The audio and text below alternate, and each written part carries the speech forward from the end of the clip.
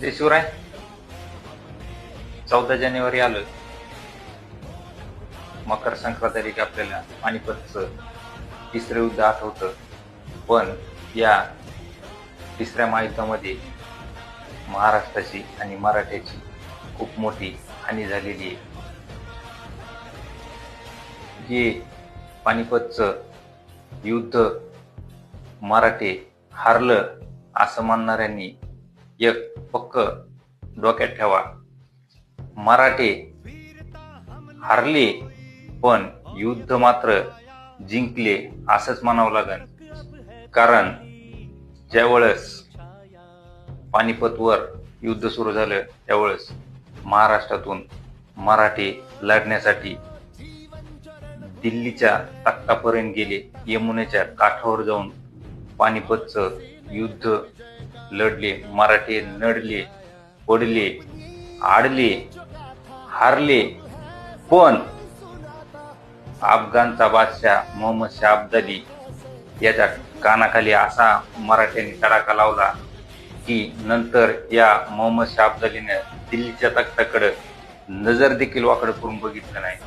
म्हणून मराठे हारले नाही तर स्वाभिमानानं लढले आणि तो अभिमान आपण ठेवला पाहिजे.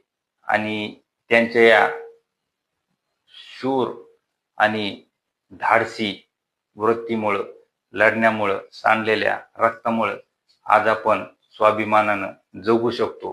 हा इतिहास आहे आणि हा इतिहास कोणीही चुकीचा सांगितला न पाहिजे, पसरवला न पाहिजे.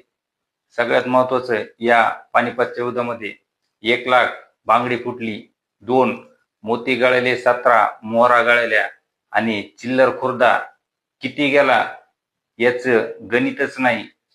पण या वारणा असेल, भीमा असेल, इंद्रायणी असेल, गोदावरी असेल, मुळा मुठा असेल, या नद्या अश्रूंनी वाहिल्या.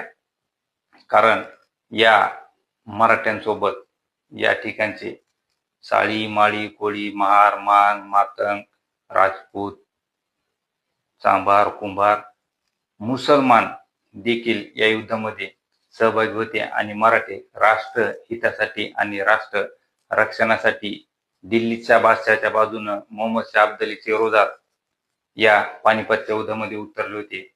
कारण महाराष्ट्रातली जी काही वतनदारी असेल, देशमुखी असेल, ती दिल्लीच्या बादशाहानं या मराठ्यांना दिलेली होती, या महाराष्ट्रातील शूरांना, वीरांना दिलेली होती. म्हणून त्यांना दिल्लीच्या बादशाहाच्या बाजूनं राष्ट्रहितासाठी या तिसऱ्या पानिपत